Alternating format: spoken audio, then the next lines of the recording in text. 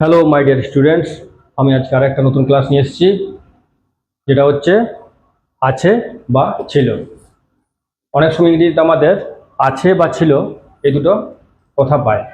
তো এই দুটো যদি কথা থাকে, এই দুটো ওয়ার্ড যদি থাকে বাংলায় আছে বা ছিল, সেটাকে আমরা ইংলিশে কীভাবে ট্রান্সলেট করব সেটা নিয়ে আজকে আলোচনা করছি।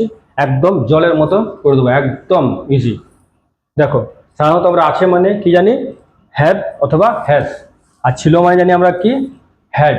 কিন্তু এম ইজ আর মানেও অনেক সময় আছি বা আছো হয়, আবার ওয়াজ ওয়ার মানেও অনেক সময় ছিল হয়, আবার দেয়ার ইজ দেয়ার আর মানেও অনেক সময় আছে হয়, আবার দেয়ার ওয়াজ বা দেয়ার ওয়ার মানেও অনেক সময় ছিল হয়।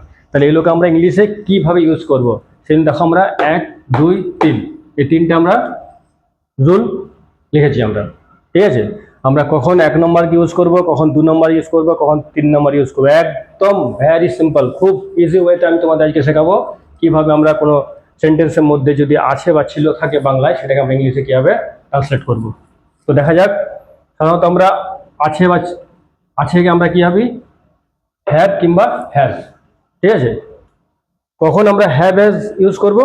যখন আমাদের কিছু একটা অধিকার বোঝাবে, যেমন আমার একটা পেন আছে, আমার একটা বাড়ি আছে, আমার একটা কুকুর আছে, আমার একটা বাগান আছে, সাধারণত তখন আমরা ইউজ করব হ্যাভ অথবা হ্যাজ।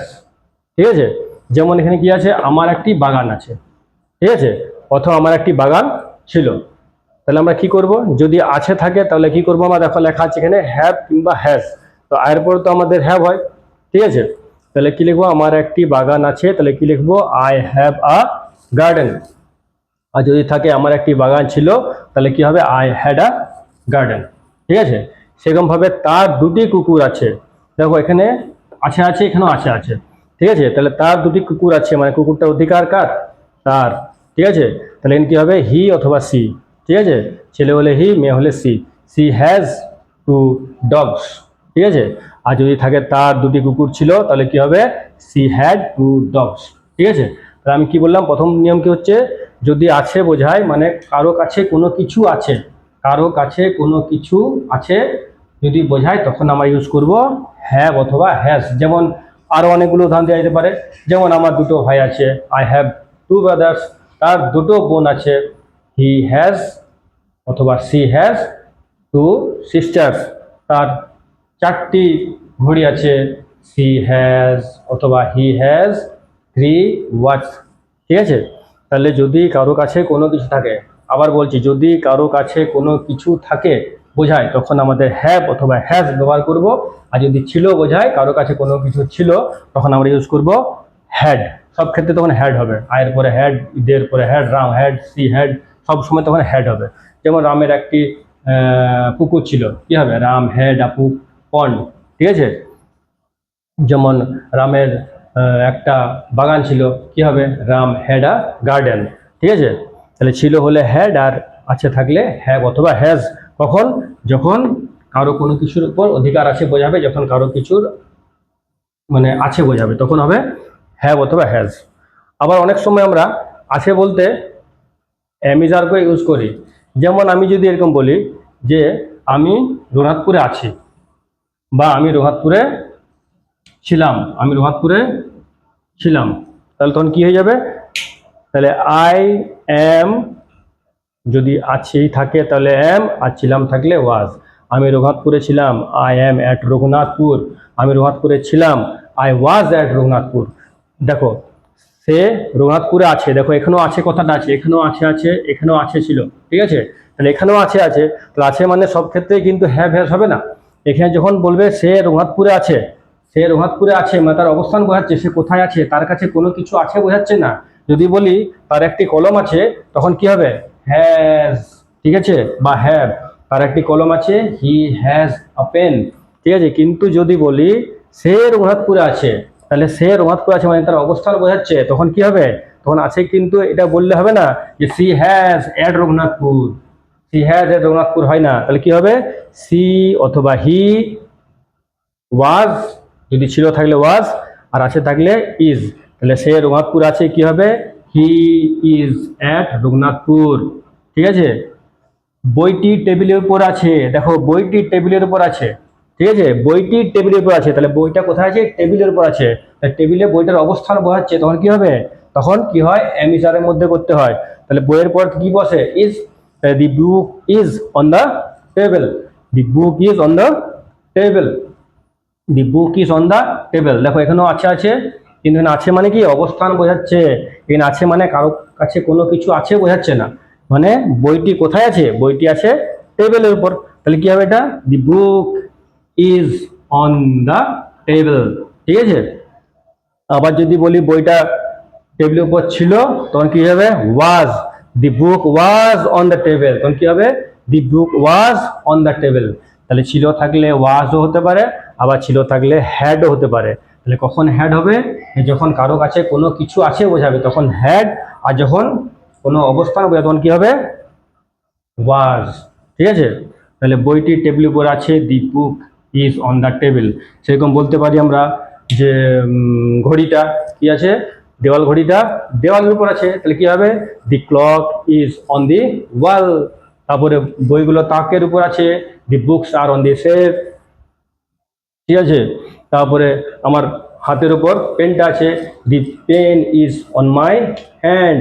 তাহলে এখানে অবস্থান বোঝালে কি হবে? অ্যামিজারের মধ্যে হবে।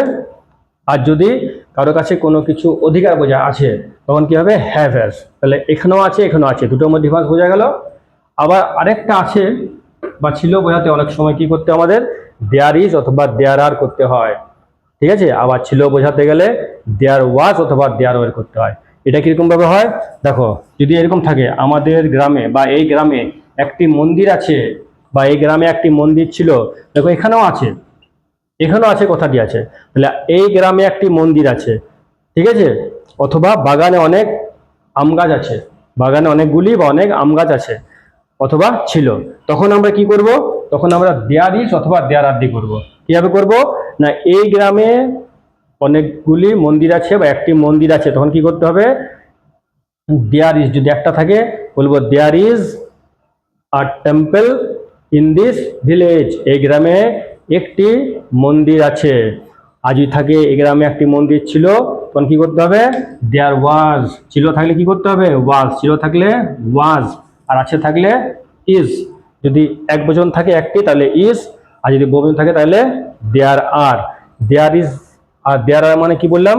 যদি একটি বোঝায় তখন হবে দেয়ার ইজ, আর যদি একের বেশি বোঝায় তখন হবে দেয়ার আর। ঠিক আছে, যেমন এই গ্রামে একটি মন্দির আছে, কি বললাম? There is a temple in this village. ঠিক আছে, আবার কি? বাগানে অনেক আম গাছ আছে, তাহলে কি হবে? There are many mango trees in the garden. ঠিক আছে, তাহলে আমাদের আছে তিনটা পেলাম। ঠিক আছে, যখন কারো কাছে কোনো কিছু আছে বোঝাবে তখন হ্যাভ হ্যাজ। আমি আবার এটাকে সামারিক দিয়ে দিচ্ছি। যদি কারো কাছে কোনো কিছু আছে বোঝায় তখন করতে হয় হ্যাভ হ্যাজ। ঠিক আছে, আর যদি কারো কোনো কোথাও অবস্থান বোঝায় তখন বোঝায় কি? যদি সাবজেক্ট থাকে, ঠিক আছে, যেমন আমি সাবজেক্ট, সে সাবজেক্ট, বইটি সাবজেক্ট, তখন তখন কি হবে? তখন এম ইজ আর দিয়ে করতে হয়। ঠিক আছে, যদি আছে বোঝায়। আবার যদি এরকম বোঝায় কোথাও কোনো কিছু আছে, যেমন আমাদের গ্রামে একটা খেলার মাঠ আছে, তাহলে কি হবে? তাহলে কি হবে? আমাদের গ্রামে একটা খেলার মাঠ আছে, তাহলে মাঠটা কোথায় আছে? আমাদের গ্রামে। তাহলে এখানে কি হবে? There is a playground in our village. তারপর আমাদের গ্রামে একটা বিদ্যালয় আছে, কি হবে? There is a school in our village.